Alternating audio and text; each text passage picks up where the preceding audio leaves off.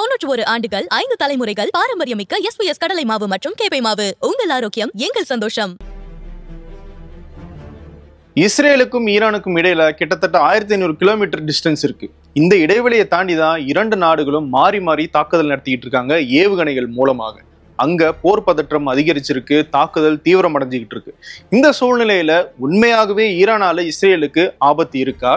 Israel பிரதமர் Benjamin நெத்தன்யாவுக்கு Iran மேல தாக்குதல் நடத்துறது மூலமாக அரசியல் ஆதாயம் எதுவும் இருக்கா? இஸ்ரேல் ஈரான் பிரச்சனையில அமெரிக்காவை உள்ள இழுக்கிறதுல இஸ்ரேல் எவ்வளவு தூரம் சாதிச்சிருக்கு? இந்த போர் அடுத்த கட்டத்துக்கு போச்சுன்னா வர்ஸ்ட் கேஸ் சினாரியோவாக உலகம் முழுக்க என்ன மாதிரியான பாதிப்பு ஏற்படும் அப்படிங்கறதையும் பத்தி தான் இன்னைக்கு வீடியோல நம்ம அனலைஸ் பண்ண போறோம். இது டிகோட் பை வெங்கட்.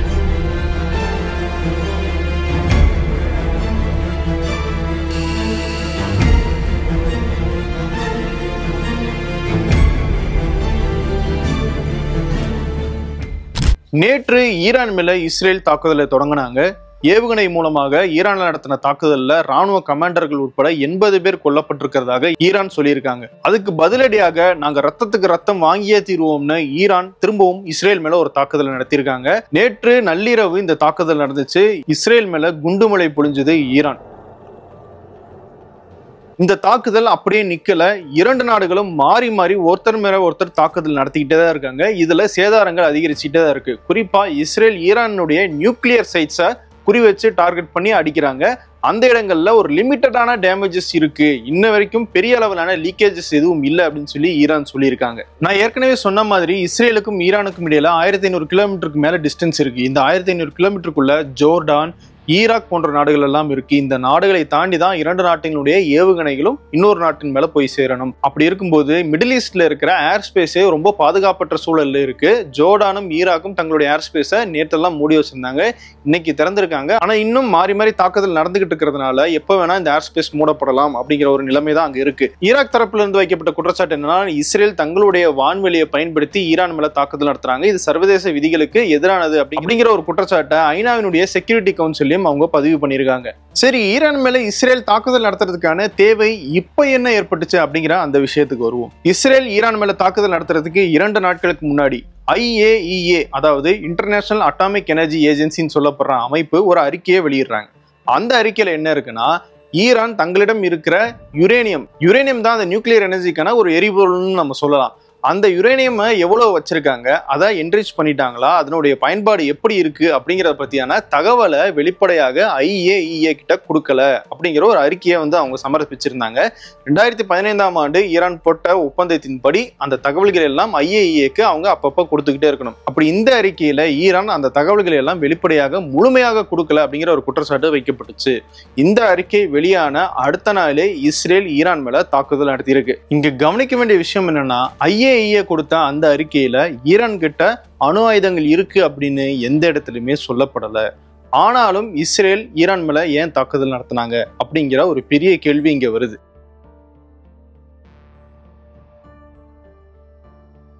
ஈரானும் அமெரிக்காவும் டொனால்ட் ட்ரம்ப் அதிபரானதுக்கு பிறகு திரும்பவும் ஒரு பேச்சுவார்த்தையை ஆரம்பிச்சிருக்காங்க. எது தொடர்பாகனா, நியூக்ளியர் அக்ரிமெண்ட் தொடர்பாக. அந்த அக்ரிமெண்ட் தொடர்பாக 3 பேச்சுவார்த்தைகள் ஓமன்ல நடந்திருக்கு. 4வது பேச்சுவார்த்தை வரும் ஞாயிறு, அதாவது நாளைக்கு நடக்க இருக்கு.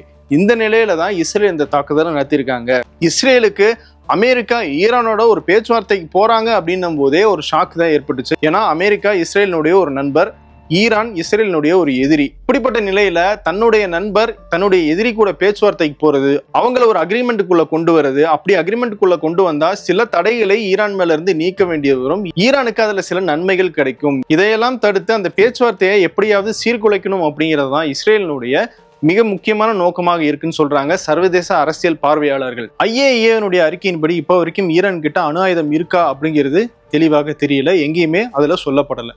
இன்னொரு பக்கம் அமெரிக்காவுடைய நேஷனல் இன்டெலிஜென்ஸ் ஏஜென்சியினுடைய இயக்குனர் துளசி கபாட் அவங்க மார்ச் மாசம் ஒரு விஷயம் சொன்னாங்க, நாங்க ஈரானை அணு ஆயுதம் தயாரிக்கிறதுல இருந்து தடுக்கிறதுக்கான அந்த அசஸ்மெண்ட்ல ஈடுபட்டிருக்கோம் அப்படிங்கிறத அவங்க மென்ஷன் பண்றாங்க. இதன் மூலமாக இப்போ வரைக்கும் ஈரான் கிட்ட அணு ஆயுதம் இருக்குன்னு யாராலையும் உறுதியாக சொல்ல முடியல. அப்படிப்பட்ட சிச்சுவேஷன்ல ஈரான் இஸ்ரேலுக்கு அச்சுறுத்தலாக இருப்பாங்களா அப்படிங்கிற அடுத்த கேள்வி நமக்கு வருது.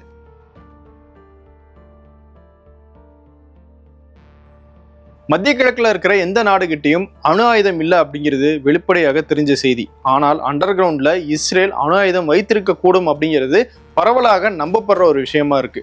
அது ஒருவேளை உண்மையாக இருந்தால் மிடில் ஈஸ்ட்ல இஸ்ரேலுக்கு அடுத்து ஈரான் கையில அடுத்த அணு ஆயுதம் வந்துச்சுன்னா அது இஸ்ரேலுக்கு பெரிய த்ரெட்டாக இருக்கும். இஸ்ரேல் மட்டும்தான் அணு ஆயுதம் கொண்ட ஒரே நாடு அப்படிங்கிற ஒரு நிலைமையில இருந்து ஈரானும் அதுக்கு போட்டியாக வந்துச்சுன்னா அங்க அவங்களுக்கு பெரிய காம்படிஷன் ஏற்படும். அந்த காம்படிஷன் வரக்கூடாது, தங்களுக்கான த்ரெட் இருக்கக்கூடாது அப்படிங்கிறது தான் இஸ்ரேல் வலுவாக நம்புறாங்க. ஒருவேளை இஸ்ரேல் கிட்டையும் உண்மையாகவே அணு ஆயுதம் இல்லை அப்படின்னா நாளைக்கு ஈரான் அணு ஆயுதத்தை உருவாக்கிட்டாங்கன்னா மிடில் ஈஸ்ட்ல அணு ஆயுதம் வச்சிருக்கிற ஒரே நாடு அப்படிங்கிற ஒரு பவர் ஈரானுக்கு போயிடும். அந்த பவரும் ஈரானுக்கு போயிடக்கூடாது அப்படிங்கிறது தான் இஸ்ரேலினுடைய எண்ணம். சரி, கேள்விக்கு வருவோம். உண்மையாகவே ஈரானால இஸ்ரேலுக்கு அச்சுறுத்தல் இருக்கா? நம்ம இந்தியா பாகிஸ்தான் எக்ஸாம்பிள் எடுத்துக்கலாம். இந்தியா கிட்டையும் அணு ஆயுதம் இருக்கு, பாகிஸ்தான் கிட்டையும் அணு ஆயுதம் இருக்கு. இந்தியா பாகிஸ்தானை ஒரு அச்சுறுத்தலா எந்நேரமும் பார்த்துக்கிட்டே தான் இருக்கு. அதுக்காக ஒரு அச்சுறுத்தல் நம்ம பக்கத்திலே இருக்கே அப்படின்னு சொல்லி சும்மா போய் இந்தியா ஒரு தாக்குதல் நடத்துறாங்களா? இல்ல. பாகிஸ்தான் தாக்குதல் நடத்தினா இந்தியா பதில் தாக்குதல் நடத்துறாங்க. இதுதான் இங்க இருக்கிற சினாரியோ. இஸ்ரேலுக்கு ஈரான் ஒரு அச்சுறுத்தல் அப்படின்னு இஸ்ரேல் பாக்குதுன்னா இஸ்ரேல் அவங்க மேல போய் தாக்குதல் நடத்துறது மூலமாக அந்த அச்சுறுத்தல் அப்படிங்கிறது இன்னும் அதிகரிக்க தானே செய்யும். இஸ்ரேல் மேலேயும் தாக்குதல் நடக்குது, இஸ்ரேலில் இருக்கிற மக்களும் கொல்லப்படுறாங்க. ஒருவேளை இஸ்ரேல் நம்புற மாதிரி ஈரான் கிட்ட அணு ஆயுதம் இருந்துச்சுன்னா அந்த அணு ஆயுதத்தை ஈரான் பயன்படுத்தினாங்கன்னா அது இஸ்ரேலுக்கும் மிடில் ஈஸ்ட்லயும் எவ்வளவு பெரிய பாதிப்பு ஏற்படுத்தும் அப்படிங்கிறத ஏன் இஸ்ரேல் யோசிக்கல அப்படிங்கிற ஒரு கேள்வி வருது. அப்படி ஒருவேளை அச்சுறுத்தலாகவே அவங்க நினைச்சிருந்தாலும் இஸ்ரேலை சர்வதேச அரங்கில் ஒரு அக்ரிமெண்ட்டுக்குள்ள கொண்டு வர வச்சு அதன் மூலமாக ஈரானை அந்த நியூக்ளியர் பயன்பாட்டை கட்டுப்படுத்துறதுக்குள்ள கொண்டு வர்றது தான் இஸ்ரேலுக்கு ஒரு சரியான வழியாகவே இருந்திருக்குமே தவிர இப்படி அச்சுறுத்தல் நினைக்கிற நாடு மேல திரும்பவும் இன்னொரு பெரிய தாக்குதல் நடத்துறது மூலமாக அந்த அச்சுறுத்தல் அதிகரிக்க தான் செஞ்சிருக்கு அப்படிங்கிறது தான் இங்க நடந்துட்டு இருக்கிற ரியாலிட்டி.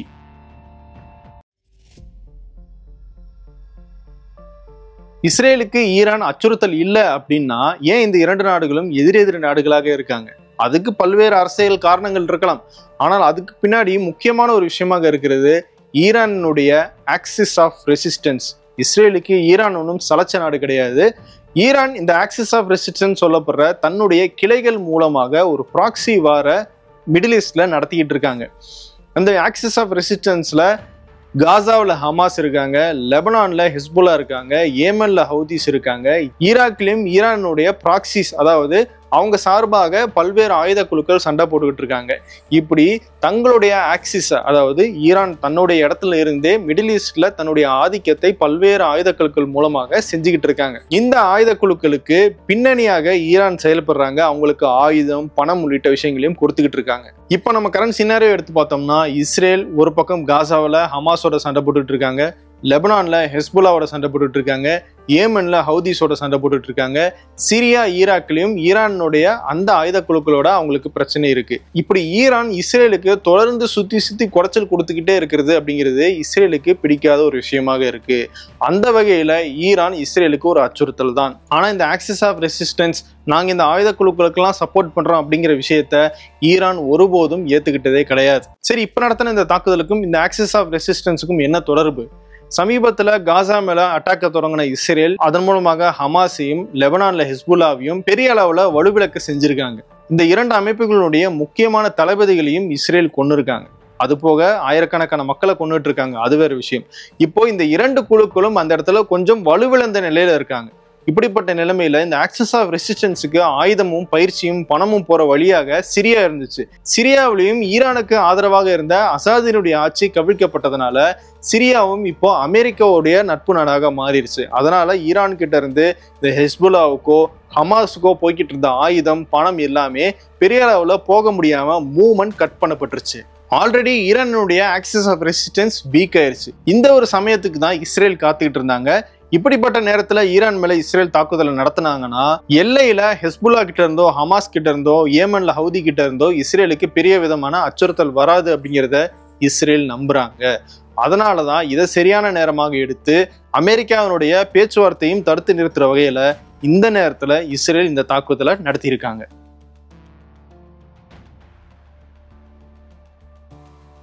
சரி, இந்த பிரச்சனையில அமெரிக்கா எந்த இடத்துல இருக்காங்க?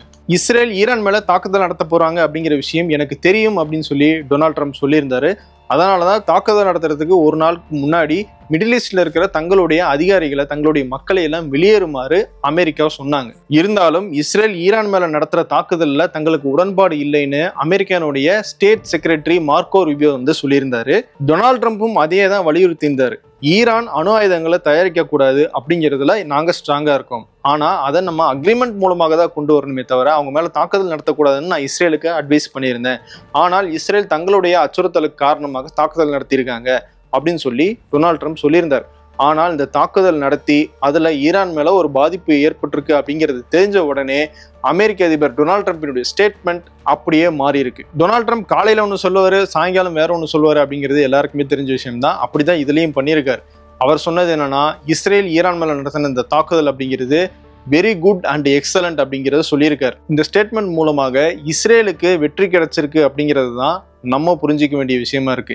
ஏன் அப்படின்னு கேட்டா, அமெரிக்கா ஸ்டார்டிங்ல என்ன சொல்லியிருந்தாங்க, இஸ்ரேல் ஈரானுக்கு இடையில இந்த பிரச்சனையில நாங்க தலையிடல, எங்க மேல ஈரான் தாக்குதல் நடத்தினாங்கன்னா நாங்க திரும்பவும் அவங்க மேல தாக்குதல் நடத்துவோம் அப்படின்னு சொல்லியிருந்தாங்க. அதாவது அமெரிக்கா இந்த பிரச்சனைக்குள்ள இல்லை அப்படிங்கிற மாதிரி காட்டிக்கிட்டாங்க. ஆனால் ஒரே நாள்ல அந்த ஸ்டேட்மெண்ட் மாறிடுச்சு. இப்போ அமெரிக்கா இந்த பிரச்சனைக்குள்ள கொஞ்சம் கொஞ்சமாக வர ஆரம்பிச்சுட்டாங்க. அப்படி அமெரிக்கா மிடில் ஈஸ்டுக்குள்ள இஸ்ரேலுக்கு சப்போர்ட்டாக வந்தாங்க அப்படின்னா அது ஒரு பெரிய போர் சூழலை மிடில் ஈஸ்ட்ல உருவாக்கும். ஏற்கனவே ஈரான் இஸ்ரேல் மேல நடத்தின அந்த ஏவுகணை தாக்குதல்களை தடுக்கிறதுக்கு அமெரிக்காவும் உதவி இருக்கு அப்படிங்கிற தகவலும் அமெரிக்க ராணுவத்துக்கிட்ட இருந்து அன்அபிஷியலா தகவல் வெளியாகிட்டு இருக்கு. அப்படிப்பட்ட சிச்சுவேஷன்ல அமெரிக்கா முழுமையாக இந்த போருக்குள்ள வந்தாங்கன்னா அது இன்னும் பெரிய டிசாஸ்டராக அமையும். இப்ப இஸ்ரேலுக்கு ஆதரவாக அமெரிக்கா போகக்கூடாது அப்படின்னு சொல்லி டொனால்ட் ட்ரம்பினுடைய சொந்த முகாம் அவருடைய ஆதரவாளர்கள் தரப்புல இருந்தே எதிர்ப்பு கிளம்பி இருக்கு. குறிப்பா மகா அப்படின்னு சொல்லப்படுற மேக் அமெரிக்கா கிரேட் அகைன் அப்படின்னு சொல்ற ஒரு வலதுசாரி இயக்கம், அந்த இயக்கத்தினுடைய ஒரு முக்கியமான நபராக பார்க்கப்படுறவர் டக்கர் கார்ல்சன். இவர் தொடர்ந்து டொனால்ட் ட்ரம்புக்கும் மேக் அமெரிக்கா கிரேட் அகைன் அப்படிங்கிற டொனால்ட் ட்ரம்பினுடைய அந்த கேம்பெயினுக்கும் பெரிய அளவுல உதவிட்டு வந்திருக்காரு. ஒரு பொலிட்டிக்கல் கமெண்டேட்டரும் கூட, ஒரு வலதுசாரியாகவும் இருக்காரு. இவர் சொல்லியிருக்கிற விஷயம் என்னன்னா, அமெரிக்கா மஸ்ட் டிராப் இஸ்ரேல். இது அவங்களுடைய பிரச்சனை, அவங்களுடைய நாட்டுக்கு பிரச்சனைனா அவங்க ஈரானோட சண்டை போட்டுக்கிட்டோம், இதுல அமெரிக்கா தலையிடக்கூடாது அப்படின்னு சொல்லியிருக்காரு. அப்படி ஒரு வேளை டொனால்ட் ட்ரம்ப் அந்த வார்ல தலையிட்டார்னா அது அமெரிக்க மக்களை ஏமாத்துற செயலாகும் அப்படின்னு சொல்லியிருக்காரு. ஏன் அப்படின்னா, அமெரிக்காவுடைய தேர்தலில் ஸ்விங் ஸ்டேட்ஸ்ன்னு சொல்லப்படுற முக்கியமான மாநிலங்கள் இருக்கு. இந்த மாநிலங்கள்ல யாரு ஜெயிக்கிறாங்க அப்படிங்கிறத பொறுத்து தான் தேர்தலினுடைய வெற்றியே அமையும். இந்த ஸ்விங் ஸ்டேட்ஸ்ல எல்லாம் இஸ்ரேல் காசா மேல தாக்குதல் நடத்துறத பிடிக்காத மக்கள் ரொம்ப அதிகமாக இருந்தாங்க. அப்போ ஜோ பைடன் அரசாங்கம் இஸ்ரேலுக்கு சப்போர்ட் பண்ணிட்டு இருந்தாங்க, ஆயுதங்கள் கொடுத்துட்டு இருந்தாங்க. இது பிடிக்காத மக்கள் டொனால்ட் ட்ரம்புக்கு ஓட்டு போட்டாங்க. எப்படி ஓட்டு போட்டாங்க? டொனால்ட் ட்ரம்ப் என்ன சொன்னாரு, நான் ஆட்சிக்கு வந்தேன்னா அமைதியை நிலைநாட்டுவேன், உலகம் முழுக்க போரே இருக்காது அப்படின்னு சொன்னாரு. அதை நம்பி வாக்களிச்சாங்க. இப்போ இஸ்ரேலுக்கு ஆதரவாக அமெரிக்கா போச்சுன்னா இப்போ வாக்களிச்ச அந்த மக்களுடைய நம்பிக்கைக்கு துரோகம் செய்யறாரு அப்படின்னு கடுமையான விமர்சனத்தை வச்சிருக்காரு டக்கர் கார்ல்சன். அது மட்டும் இல்ல, ஒருவேளை அமெரிக்கா இந்த பிரச்சனையில தலையிட்டாங்க அப்படின்னா அது இந்த போரை பெரிய அளவுக்கு கொண்டு போகும், ப்ராக்சி வார்ஸை உருவாக்கும். 9/11 அட்டாக் எப்படி நடந்துச்சோ அதே மாதிரி அமெரிக்காவில் பின்னால பயங்கரவாத தாக்குதல் நடத்தப்படலாம். அதுல அமெரிக்கர்கள் தான் பாதிக்கப்பட போறாங்க. அதனால இஸ்ரேல் ஈரான் பிரச்சனையில தலையிடுறதுக்கான தேவையே டொனால்ட் ட்ரம்புக்கு இல்ல, அவர் பேசாம இருக்கணும் அப்படிங்கிற ஒரு விமர்சனத்தை கொடுத்திருக்காரு. டொனால்ட் ட்ரம்பினுடைய ரிப்பப்ளிக் கட்சியிலையுமே இஸ்ரேல் ஈரான் மேல நடத்தின இந்த தாக்குதலுக்கு ஆதரவும் எதிர்ப்பும், அமெரிக்கா இதுல போய் தலையிடணும் அப்படிங்கிற ஆதரவும் எதிர்ப்பும்னு இரண்டு தரப்பாக பிரிஞ்சு நிக்கிறாங்க அப்படிங்கிற தகவல் வெளியாகிட்டு இருக்கு.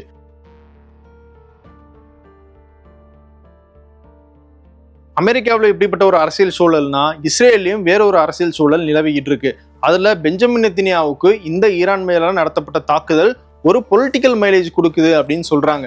இந்த தாக்குதல் நடத்துறதுக்கு 2 நாட்களுக்கு முன்னாடி இஸ்ரேலினுடைய நாடாளுமன்றத்துல சீக்கிரமாக முன்கூட்டியே தேர்தல் நடத்தணும் அப்படின்னு சொல்லி எதிர்கட்சிகள் ஒரு வாக்கெடுப்பு நடத்தினாங்க. அந்த வாக்கெடுப்பு ஒரு சொற்ப மார்ஜின்ல வீழ்த்தப்பட்டுச்சு.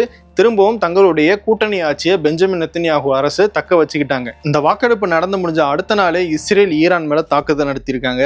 இப்போ இஸ்ரேலினுடைய எதிர்கட்சி பெஞ்சமின் நெத்தன்யாஹு அரசுக்கு ஈரான் மேல தாக்குதல் நடத்தினதுக்காக ஆதரவு கொடுத்திருக்காங்க. அந்த வகையில ஈரான் மேல இப்ப நடத்தப்பட்ட தாக்குதல் பெஞ்சமின் நெத்தன்யாஹுக்கு பெரிய அளவுல அரசியல் ஆதாயத்தை கொடுத்திருக்குன்னு சொல்றாங்க சர்வதேச அரசியல் பார்வையாளர்கள். அக்டோபர் 7ஆம் தேதி எப்படி ஹமாஸ் இவ்வளவு பாதுகாப்பை மீறி இஸ்ரேலுக்குள்ள வந்து தாக்குதல் நடத்தினாங்க, அதுக்கு பதிலாக இஸ்ரேல் காசா மேல தாக்குதல் நடத்துறது, இந்த தாக்குதலை நிறுத்தாம 55,000 பேருக்கு மேல கொல்லப்பட்டுக்கிட்டு இருக்காங்க. அங்க இருக்கிற பணைய கைதிகள் இன்னும் முழுமையாக மீட்கப்படல. இந்த நடவடிக்கை எல்லாத்துக்கு பின்னாடியும் பெஞ்சமின் நெத்தன்யாஹுவினுடைய அரசியல் ஆதாயம் தான் இருக்கு அப்படிங்கிறது தொடக்கத்திலிருந்தே வைக்கப்பட்டு இருக்கிற விமர்சனம்.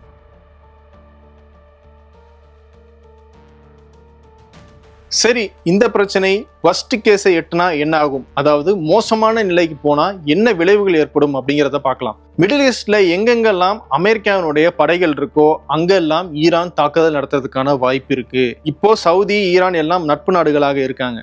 ஆனால் சவுதியில அமெரிக்காவினுடைய ராணுவ படை, அங்க ஒரு படைத்தளம் இருக்கு. ஒருவேளை ஈரான் நாளைக்கு அந்த படைத்தளத்து மேல தாக்குதல் நடத்தினாங்கன்னா அது சவுதிக்கும் ஈரானுக்குமான பிரச்சனையாகவும் மாறும்.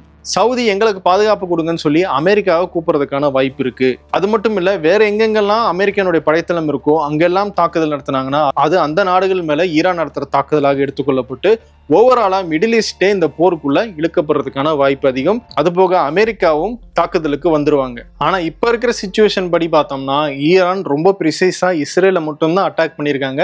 அமெரிக்காவினுடைய படைத்தளங்களையோ இல்ல மற்ற நாடுகள் மேலேயோ எந்த விதமான தாக்குதலையும் நடத்தல. அதனால அது இப்படி நடந்தால் என்ன ஆகும் அப்படிங்கிற ஒரு கணிப்பு தானே தவிர இப்போ அது நடக்குது அப்படிங்கிறதுக்கான அர்த்தம் கிடையாது. இன்னொரு பக்கம் இஸ்ரேல் ஈரான் மேல தாக்குதல் நடத்துறதன் மூலமாக வெற்றி கண்டுட்டா என்ன ஆகும், ஈரான்ல இருக்கிற நியூக்ளியர் சைட்ஸை அழிச்சாங்கன்னா அதனால ஏற்பட போற பாதிப்பு ஈரானுக்குள்ள பெரிய தாக்கத்தை ஏற்படுத்தும். அது மட்டும் இல்ல, ஈரான்ல ஆட்சி மாற்றத்தை கொண்டு வரணும் அப்படிங்கிறதும் பெஞ்சமின் நெத்தன்யாஹுவினுடைய நீண்ட கால நோக்கமாக இருக்கு. அவர் வெளியுறவுத்துறை அமைச்சராக இருக்கும்போதே இந்த விஷயத்தை அப்பப்போ சொல்லியிருக்காருன்னு சொல்றாங்க. அப்படி ஒருவேளை ஆட்சி மாற்றம், ஆட்சி நீக்கம் அப்படிங்கிறது அங்க நடந்துச்சுன்னா ஈரான்ல ஒரு சிவில் வார் உருவாகும், உள்நாட்டு போர் உருவாகும். இந்த உள்நாட்டு போரினுடைய விளைவாக பயங்கரவாத குழுக்கள் உருவாகுவாங்க. இந்த பயங்கரவாத குழுக்கள் அங்க மட்டும் இல்லாம திரும்பவும் மிடில் ஈஸ்ட் முழுக்க பரவுவாங்க. அங்கிருந்து இந்த பிரச்சனை இஸ்ரேல் மட்டும் இல்லாம அமெரிக்கா வரைக்கும் தாக்கத்தை ஏற்படுத்தும். ஆனா இஸ்ரேலால அப்படி ஒரு ஆட்சி மாற்றத்தை ஈரான்ல கொண்டு வர முடியுமா அப்படிங்கிறது பெரிய கேள்விக்குறிதான். அந்த அளவுக்கு இஸ்ரேல் பவர்ஃபுல்லா கிடையாது. ஆனால் அமெரிக்காவோட தலையீட்டோட அதை செய்ய முடியுமா அப்படின்னு கேட்டா ஓரளவுக்கு வாய்ப்பு இருக்கே தவிர, எப்படி ஈராக்ல இருந்தும் ஆப்கானிஸ்தான்ல இருந்தும் ஒரு கட்டத்துக்கு மேல அமெரிக்காவில நீடிக்க முடியலையோ அதே மாதிரி தான் ஈரான் பிரச்சனையிலும் ஏற்படும். பொருளாதார ஆங்கிள் பார்த்தோம்னா இப்பவே க்ரூட் ஆயிலினுடைய விலை, அதாவது கச்சா எண்ணெயினுடைய விலை அதிகரிக்க ஆரம்பிச்சிருச்சு. இதனுடைய விளைவு உலகம் முழுக்க இன்னும் சில நாட்கள்ல தெரிய ஆரம்பிக்கும். அதனால மிடில் ஈஸ்டினுடைய பிரச்சனை அவங்களுடைய பிரச்சனை மட்டும் கிடையாது, நம்மளையும் பாதிக்கிறதுக்கான வாய்ப்பு ரொம்பவே அதிகம். இப்படிப்பட்ட மோசமான பின்விளைவுகள்லாம் ஏற்படக்கூடாது, உலகம் அமைதியாக இருக்கணும் அப்படின்னா இஸ்ரேல், ஈரான், அமெரிக்கா, ஐநா சபை உட்பட பல்வேறு நாடுகள் எல்லாம் ஒன்றிணைஞ்சு உட்கார்ந்து பேசி ஒரு அக்ரிமெண்ட்குள்ள வர்றது மட்டுமே ஒரே தீர்வாக இருக்கும். அப்படி இல்ல, நாங்க பழிக்கு பழி வாங்குவோம், ரத்தத்துக்கு ரத்தம் பார்ப்போம்னு இரண்டு நாடுகளும் இருந்தாங்க, இதுல அமெரிக்காவும் சேர்ந்தாங்கன்னா இன்னொரு பெரிய போரை மனித இனம் பார்க்கறதுக்கான சூழல் உருவாகும் அப்படிங்கிறது தான் இங்க இருக்கிற ரியாலிட்டி. இஸ்ரேல், ஈரான் இடையில இருக்கிற இந்த பிரச்சனை குறித்து ஒரு தெளிவான பார்வையை உங்களுக்கு கொடுத்திருப்பேன் அப்படிங்கிறத நான் நம்புறேன். தொடர்ந்து இந்த பிரச்சனை தொடர்பான பல்வேறு அனாலிசிஸை நம்ம டீகோட் நிகழ்ச்சியில பார்க்கலாம். வேறொரு வீடியோவில் உங்களை சந்திக்கிறேன். நன்றி. 91 ஆண்டுகள் 5 தலைமுறைகளின் பாரம்பரியத்துடன் வாடிக்கையாளர்களின் நன்மதிப்பை பெற்ற SVS கடலை மாவு மற்றும் கேப்பை மாவு.